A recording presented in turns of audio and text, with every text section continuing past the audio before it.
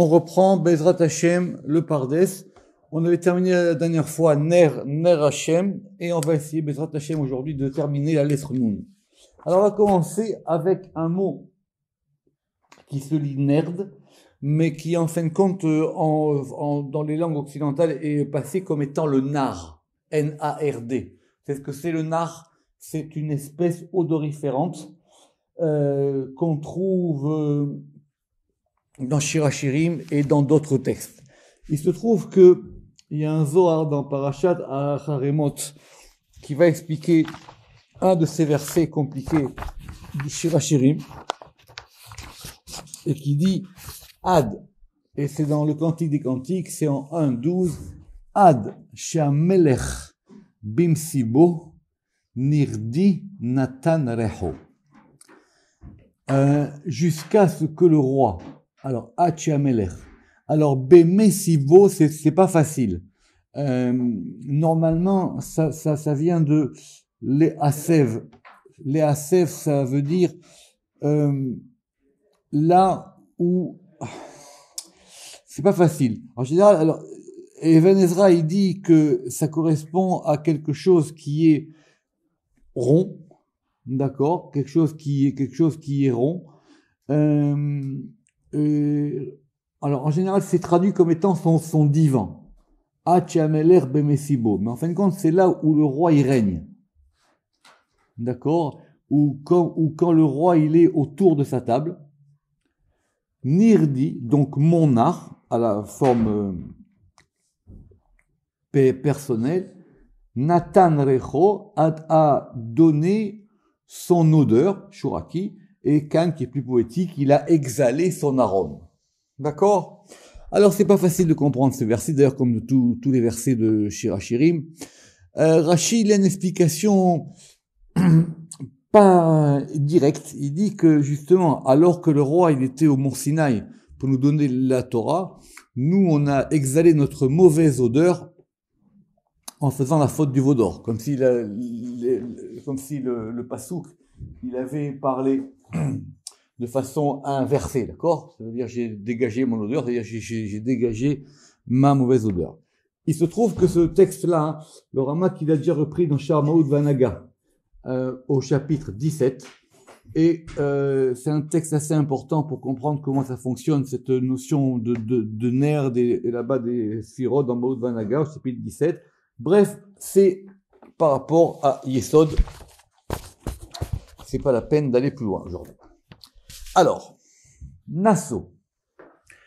Alors Nasso, c'est fait partie de ces mots pièges en hébreu. Pourquoi? Parce qu'autant tout le monde comprend l'idée, c'est le fait d'élever. D'accord? On a vu dans la paracha Kitissa, on a vu la paracha Nasso, mais il y a des synonymes. Or les synonymes, surtout en hébreu et surtout dans la Kabbalah, c'est toujours des faux synonymes. Alors, donc en gros c'est l'idée qu'une chose soit élevée. D'accord? Par exemple le fait pour les Kohanim, c'est la Nessiyat Kapaim lorsqu'ils élèvent leurs mains. D'accord? Nasso, c'est le fait d'élever. Simplement, il y a plusieurs termes qui disent ça. Alors, Ramak, il va commencer par dire que certains ont dit que c'était lié à Tiferet. C'est normal, parce que Tiferet, c'est un degré élévateur. Vous vous rappelez que c'est l'échelle. Et certains ont dit, évidemment, quel est le plus haut degré? C'est le degré de Keter. Mais, où les faits anirés, mais pas le Razal, mais on va s'attarder sur un Midrash, dans Midrash Tanchuma. Qu'est-ce qu'il dit ce Midrash? Alors, on va faire un peu de Midrash aujourd'hui. Donc, c'est le Midrash qui, je crois que c'est à la fin de Parashat Toldot, c'est ça. Donc, alors, on va faire de l'hébreu, c'est la moindre des choses. Donc, le Midrash, il commence par un verset que tout le monde connaît, Shira Ma'alot et Saena et Harim. Le cantique des degrés, et ça, pareil, le même verbe, j'ai levé, Enai, j'ai levé mes yeux, El et Harim, j'ai levé mes yeux vers les montagnes. D'accord? C'est expliqué, c'est dire quoi? J'ai levé mes yeux vers les montagnes. Le roi David, il a dit, j'ai levé mes yeux vers les sommets du monde, et les Harim, ce sont les Havot. On a même fait un petit livret de Kavanot de Rabbi Yaakov Abu Chatzira. C'est un mizmor très, très important. C'est le mizmor qu'on lit le soir Arvit. Simplement, le Midrash, il va tout de suite joindre ce pasouk à un deuxième verset dans Zacharie. Dans Zacharie 4-7. Et on va reprendre la notion de montagne. Mihata, Ar Agadol, Lifne Zerubbabel, les Mishor, Veotzi et Even Arosha, Tesuot, Chen là. Alors, qu'est-ce qu'il veut nous dire ici? Mi'ata, qui es-tu? Grande montagne. On a dit que c'était Zacharie 4, 7, c'est ça. Devant Zerubbabel. J'espère que tout le monde sait qui c'est Zerubbabel. Les Mishor, une plaine. Veotzi et Even Arosha. Et il a fait sortir Even Arosha, c'est la pierre de tête, ou Cahen, il traduit la pierre angulaire. Ceux qui ont posé des questions sur la pierre angulaire dans le groupe. Tesuot, chen là. Alors tout le monde traduit que les tesuot, ce sont des acclamations. Et qui vont dire chen là. Alors chen, littéralement, je crois qu'il a raison, ça veut dire grâce pour elle. Ici, c'est traduit, elles sont belles, qu'elle est belle. N'oubliez pas que le verset qui est avant, c'est le dernier verset de l'Haftara de Hanouka. Lo vechail velo vechoar kiim beruchi. Et l'Haftara de Hanouka, et il a dit, parce que ce n'est pas ni par ma force, ni par ma puissance, uniquement par mon esprit, Amar Hashem Tsevaot. Alors Rachid dit, ça veut dire quoi qu'il fasse sortir la pierre vers la tête? Rachid dit, c'est l'architecte qui prend une pierre au niveau de sa main, parce qu'il veut être à la tête des bâtisseurs, et lui, il va donner des ordres, et les gens vont construire, évidemment, le troisième temple, selon les instructions qu'il va donner. Le Midrash, il continue, Lama nikra shemo agadol. Pourquoi est-ce qu'on a appelé cet endroit-là la grande montagne? Parce qu'on a dit, évidemment, on parle de la montagne de Jérusalem. Shiu gadol mina avot, parce que cette montagne, elle est plus grande que les patriarches. Donc, comprenez bien le Midrash. On est en train de parler de la notion de hauteur. Donc, on a la notion de la fête, aller haut. On a les montagnes. Le Midrash, il s'interroge à savoir c'est quoi ces degrés de hauteur. Et il se trouve qu'on a un verset qui va nous avoir tous les problèmes, parce qu'on va avoir 3 termes de grandeur dans le même verset. C'est un verset connu, c'est dans Isaïe 52:13. Hine, voici, Yaskil Avdi, Yarum Venissa, Vegava Meod. Alors ça, c'est compliqué. Qu'on a 3 verbes qui se suivent et qui vont désigner 3 degrés de hauteur.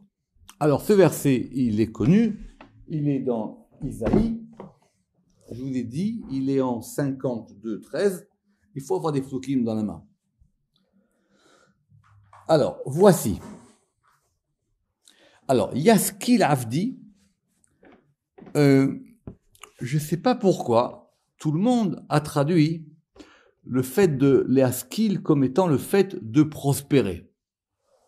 Comme il dit Rashi, à la fin des temps, mon serviteur, il prospérera. Autrement dit, il y aura des gens qui auront une grande prospérité. Mais Shuraki, il a dit Yaskil, il a raison, c'est Sechel. Donc ça veut dire que mon serviteur, alors, vous savez que Shuraki, il traduit toujours Sechel par la perspicacité, d'accord, comme dans les Maskilim, dans Daniel. Donc il dit, mon serviteur sera perspicace, et tout le monde traduit, il prospère. La vérité, en plus, c'est un futur, donc ça veut dire, il prospérera. Et alors, Yarum, Venissa, Vegava Meod. Et là, on a nos 3 verbes. Rome, c'est la hauteur. Nassau, c'est aussi la hauteur. Gavoa, c'est aussi la hauteur. Alors, comment ça sort? D'accord?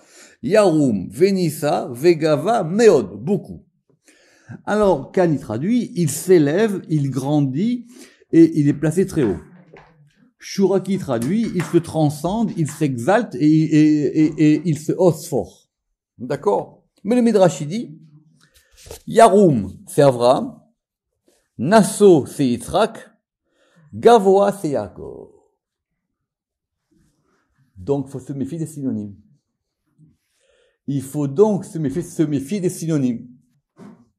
Nous, on traduit toujours pareil, on dit, bon, c'est haut, alors c'est la hauteur. Alors, qu'est-ce qu'on a vu au début? On a dit, bon, mais la hauteur, c'est peut-être Keter, c'est peut-être Tiferet, en tout cas, on est en haut. On est en haut. Mais c'est pas pareil. Je répète ce qu'il a dit le Midrash. Yarum, ça vient d'Avraham. Nasso, ça vient de Yitzhak. Et Nasso de Yitzhak et Gavoa de Yaakov. En tout cas, il dit que dans le Zohar, ou Pirshu Bazohar, de Aïnou Bina, que ce serait lié à la Bina. Parce que nous, on l'a vu à Yarom. D'accord? D'accord, vous vous rappelez, l'eitromème. L'eitromème, c'est élevé aussi. Et Imken Yibebina, Shi à la Gvura. Donc, du coup, ça serait la Bina, parce que la Bina, elle est au-dessus de la Gvura. C'est le fait de s'élever. Il y a plusieurs degrés d'élévation, de lever une chose. Et on verra effectivement la notion de Ram quand on verra plus tard. Donc voilà, faut faire attention aux synonymes. Alors, Neshika, ça évidemment, on l'a déjà vu. Neshika, c'est le fait, c'est le baiser. Et évidemment, ça manque pas les plukim dans le Cantique des Cantiques. Et c'est expliqué clair dans le Cantique des Cantiques qu'il y a un Neshikot, M Beitoreru Ta'ava. C'est ça qui va éveiller l'amour. Maintenant, ça éveille l'amour entre quoi et quoi? Ça éveille l'amour entre Tiferet et Malchut. Ve'en Neshikot ela biyuchuda. Mais c'est simplement, il y a des Neshikot par rapport au degré d'en bas. Aval biyichud ha-chokhma ve'abina en Neshikot. Mais par rapport à Chokhma et Bina, il n'y a pas de Neshikot. Ça sera expliqué dans le Zohar. Le Harizal, il reprendra ça, parce qu'effectivement, tout ce vocabulaire amoureux, le fait de s'enlacer, le fait de s'embrasser, le fait de s'unir, ça correspond effectivement à des degrés entre les sphirotes. Ve'a Neshikot, emdevikot lucha beucha. Parce que qu'est-ce qu'il y a de particulier dans le baiser? C'est que le baiser, c'est un échange de souffle. Et donc, quand on échange de souffle, on échange un esprit qui va de l'un vers l'autre, comme on l'a expliqué dans Shar Maoud va Nagar. Alors, on a vu la dernière fois Nefesh. Maintenant, on va voir Neshama. Alors, c'est un sujet complexe, parce que les gens, ils disent beaucoup de choses qu'ils ont lues, mais qu'ils n'ont pas lues de première main. Je répète que d'après le Zohar, les parties de l'âme, on verra dans Shar Neshama, elles sont au nombre de au moins 3. Nefesh, Ruach, Neshama. Ce qu'on apprend plus tard, quand on dit Chaya et Yichida, c'est pas facile de le trouver dans le Zohar. D'accord. Maintenant, il se trouve que Neshama, c'est à la fois, j'ai déjà expliqué, je le reprends, c'est à la fois le terme générique et à la fois le terme particulier. Ça désigne à la fois le tout et ça désigne à la fois une partie. Ça arrive souvent, ça, d'accord? Donc, Nefesh, donc du coup, Nefesh, moi j'écris âme en minuscule, Ruach, c'est l'esprit ou le souffle, et Neshama, c'est l'âme que j'ai traduit avec un A majuscule. Parce que sinon, on s'en sort pas. D'accord? Sans compter que dans Neshama, il y a Neshima. C'est-à-dire, il y a le fait de la respiration. Donc, si on dit que la Neshama, c'est le degré supérieur de l'âme, normalement, ça devrait être le degré inférieur, puisque c'est la respiration, puisque c'est le souffle même. D'accord. Donc, faire très attention à ces différents degrés de Nefesh, Ruach, Neshama. Et dans le Zohar, effectivement, chaque fois que le Ramak, évidemment, il fait attention à ça, chaque fois que le Zohar il parle de l'âme, il faut bien voir quel terme il a employé. Alors, Bekol Makom, Neshama Stam, Ibina. Alors, on avait dit, la dernière fois, vous vous rappelez qu'on a dit que Nefesh c'était lié à Malchut. En général, Neshama c'est Bina. Donc, c'est effectivement d'un degré plus haut. Et Ruach, on verra évidemment quand on sera dans Ruach, et Ruach c'est Tiferet. Pourquoi? Parce que Bina, chez Misham, Mahatsa Vaneshamot, parce que c'est dans Bina que se trouve le réservoir des âmes.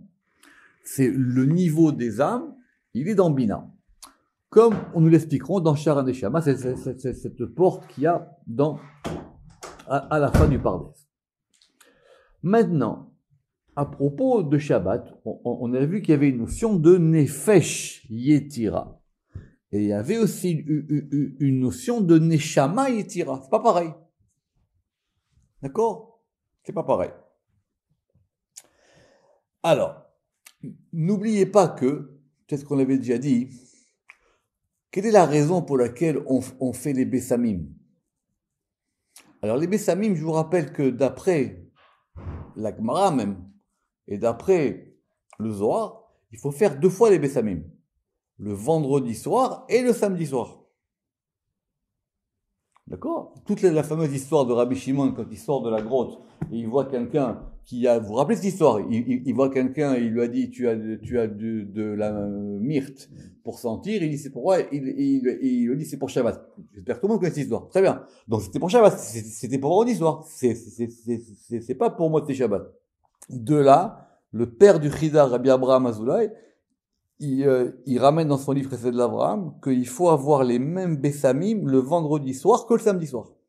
Pourquoi? Pour une raison très simple. C'est que la notion des Bessamim, et ça on verra quand on sera à Réach, l'odeur c'est un liant. C'est quelque chose qui va lier. Vous savez que l'odeur c'est le plus haut des sens, en tout cas le plus fin, le plus subtil. Et l'odeur, elle va être là pour pouvoir lier des choses. C'est ça la kavana du réach. Or, comme le Shabbat, on va recevoir une neshama etira, c'est bien joli. Mais quand vous recevez un corps étranger, il faut quand même l'assimiler. Il faut quand même que cette neshama etira, elle aille se composer avec ce que vous avez pendant la semaine. Ça, ce sont les Bessamim qui le font. Et quand à la Havdalah, on perd la Neshama Yetira, il faut repasser par les Bessamim pour recomposer l'histoire. Si j'en crois que c'est aussi simple que ça. On reçoit une Neshama Yetira, donc on a besoin des Bessamim pour pouvoir composer cette Neshama Yetira, pour l'incorporer. Et quand on la perd, on a besoin maintenant de réincorporer le tout. D'accord? Alors, dans Réaméona, donc, c'est expliqué là-bas que si on avait dit nous que Nefesh Yetira c'était lié à Malchut, Neshama, pardon, on avait dit que Nefesh Yetira, c'est ça, c'était en fin de compte lorsque la Malchut elle est composée de 10, et dans Neshama Yetira elle est liée à Keter. Et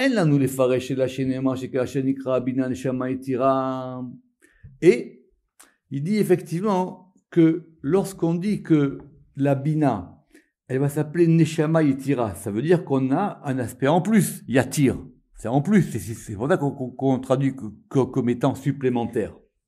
D'accord?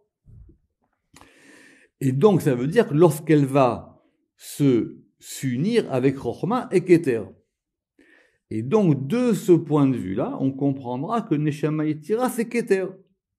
Parce que c'est quelque chose en plus. On reçoit un degré en plus. Donc si c'est un degré en plus, c'est pas le même degré que le degré normal.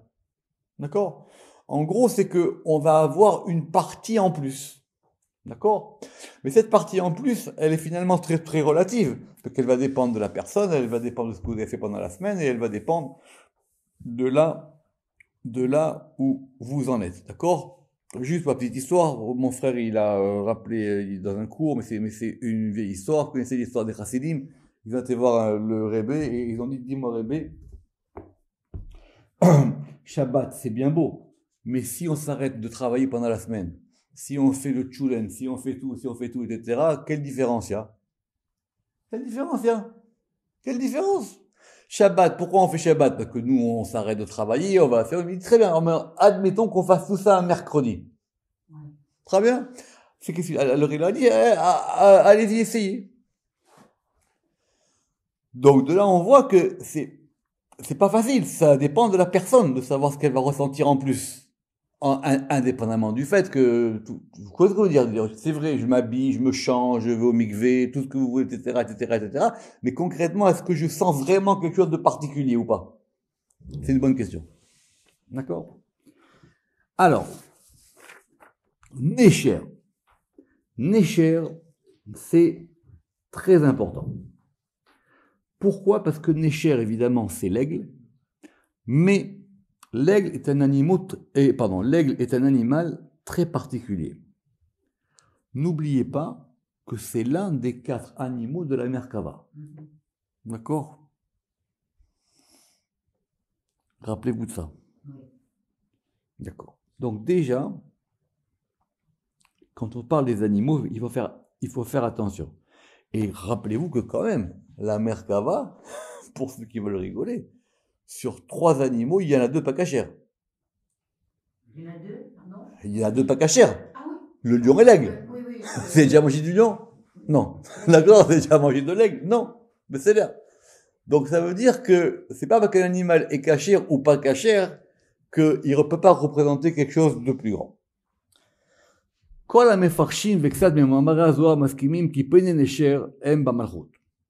Donc rappelez-vous que dans la Merkava, donc vous avez donc les chayotes, et ces chayotes-là, elles ont chacune des faces. Vous vous rappelez ou pas? Très bien.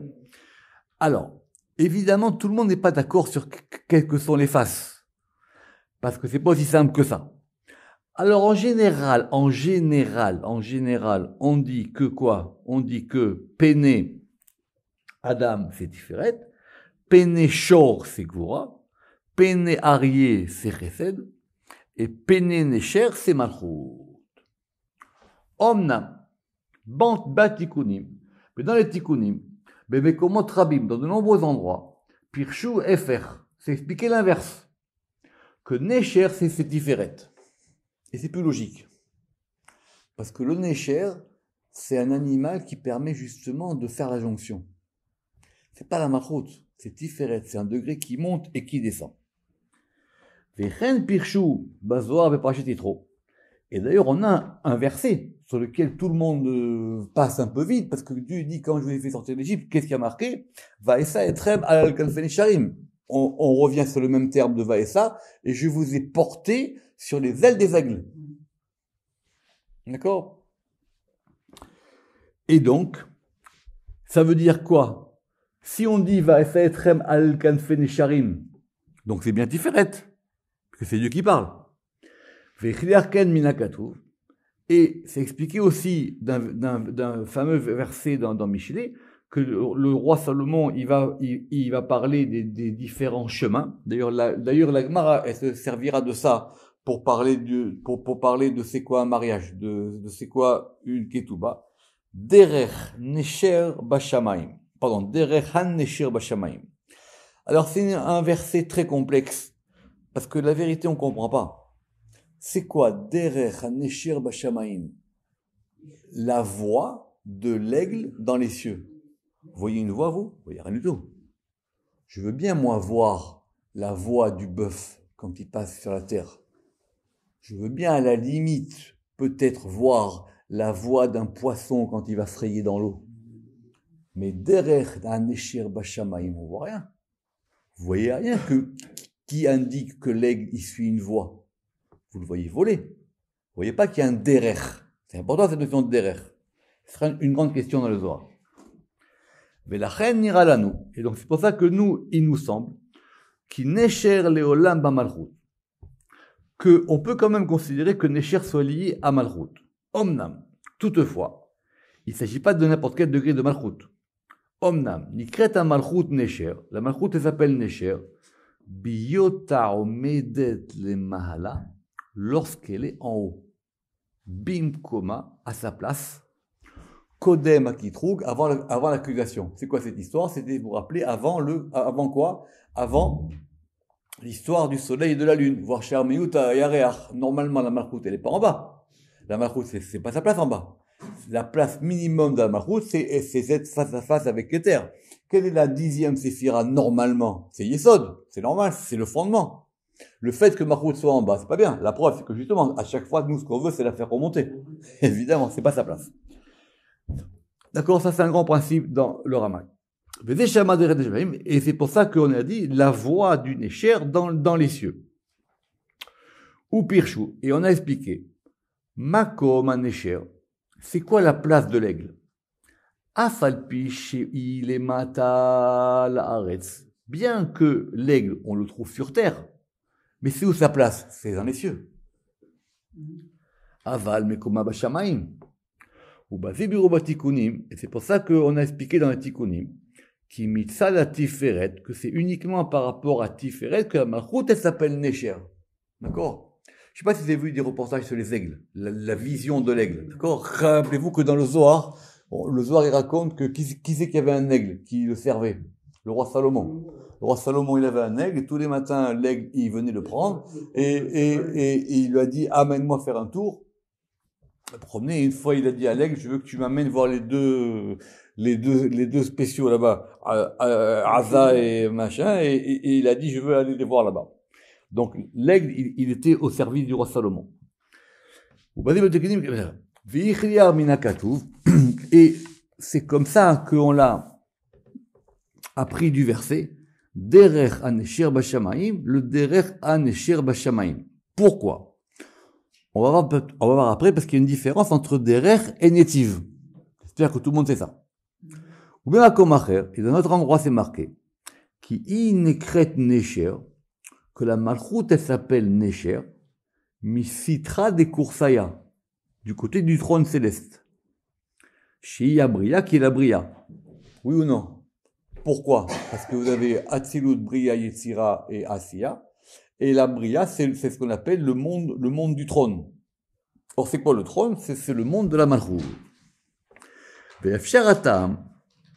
Pourquoi?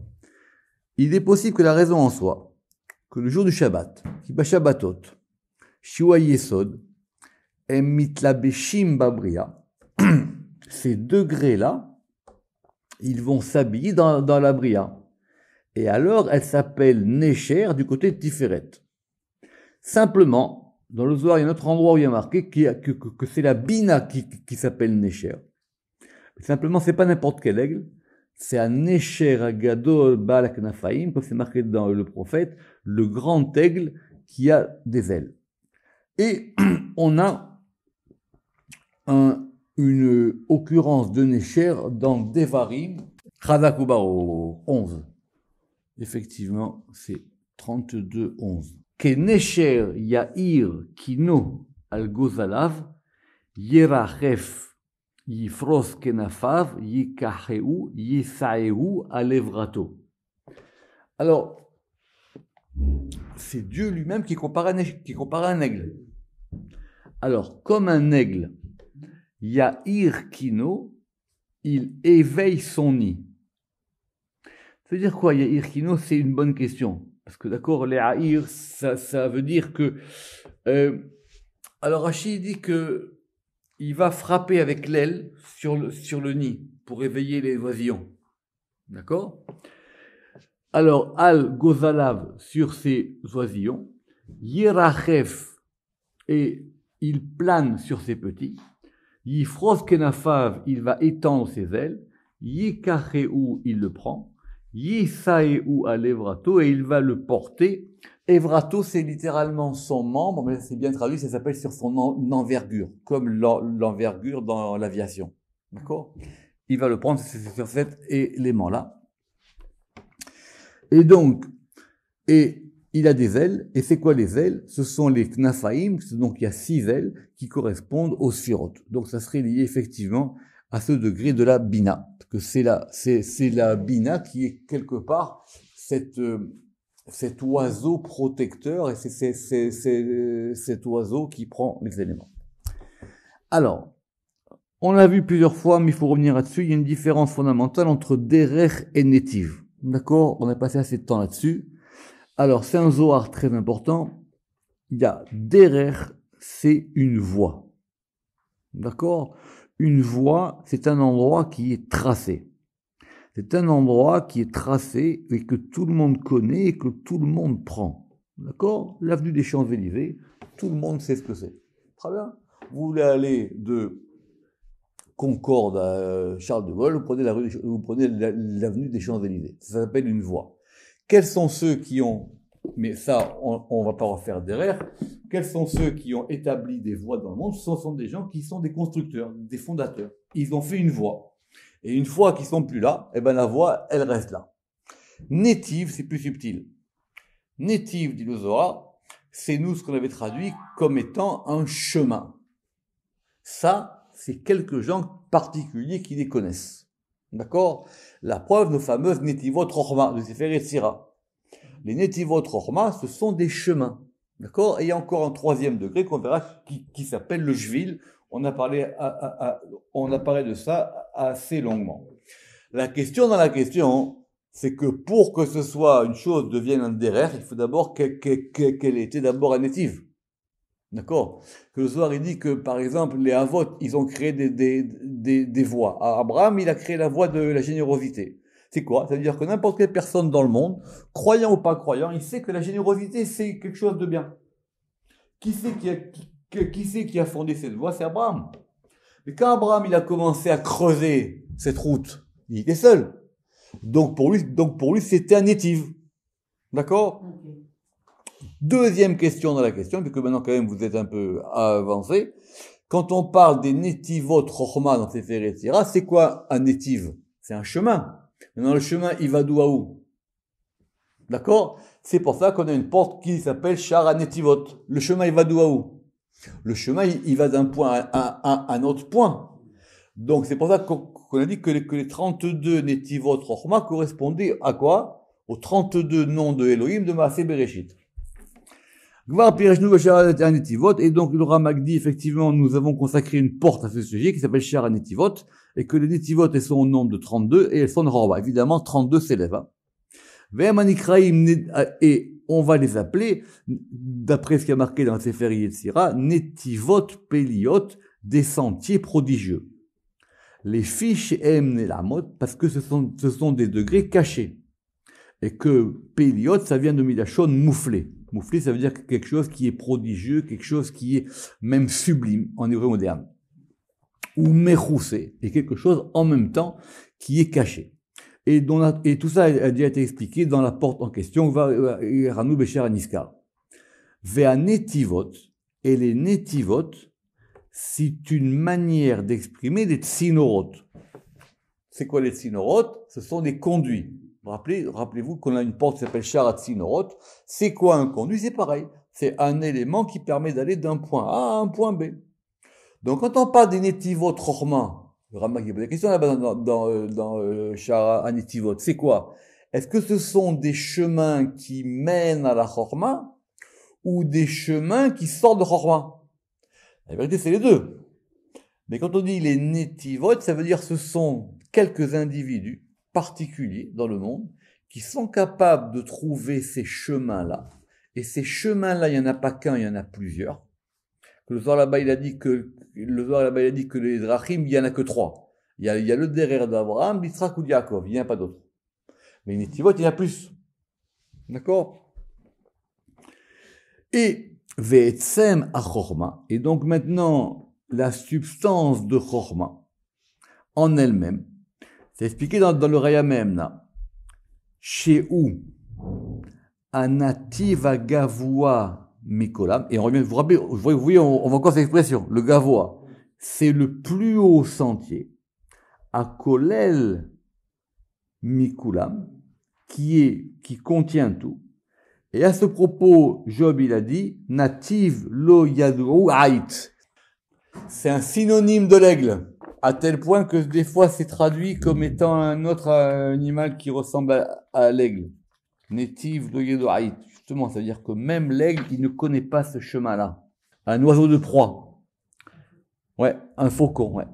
Chazak. Des fois, on dit que c'est un faucon. Pourquoi? Parce que l'oiseau de proie, quand il voit sa cible, quand il voit tout de suite, il trouve un chemin pour y aller directement. D'accord? Alors il dit, c'est ça que Job il a dit, Netiv lo yadou ait, c'est un chemin que même le faucon ne connaît pas. Vekol hanetivot shoavim mimeno. Et tous les autres sentiers, ils puisent de ce sentier-là. Et il est donc le premier des 32 sentiers. D'accord? Parce que ça, les 32 sentiers, on les a étudiés dans Sha'ar à Netivot. Donc il y a un sentier, on va dire, primordial. Le premier sentier qui est celui de Chorma. Et de celui-là vont sortir les 32 sentiers qui sont des espèces de chemins secrets et cachés pour pouvoir accéder à la Chorma elle-même. Et tout ça, c'est expliqué dans la porte mentionnée. Nous avons donc terminé Adad Adena Nichlal Erech Ot Nun. Nous avons donc terminé la lettre Nun, Bezratael, Ashofea Alenu Mishefuatov, grâce à l'aide du Créateur qui nous a donné le bon influx pour comprendre cette chose-là. Et si Dieu veut, la prochaine fois, nous commencerons la lettre Samer, Baruch Adonai Leolam, Amen ve Amen.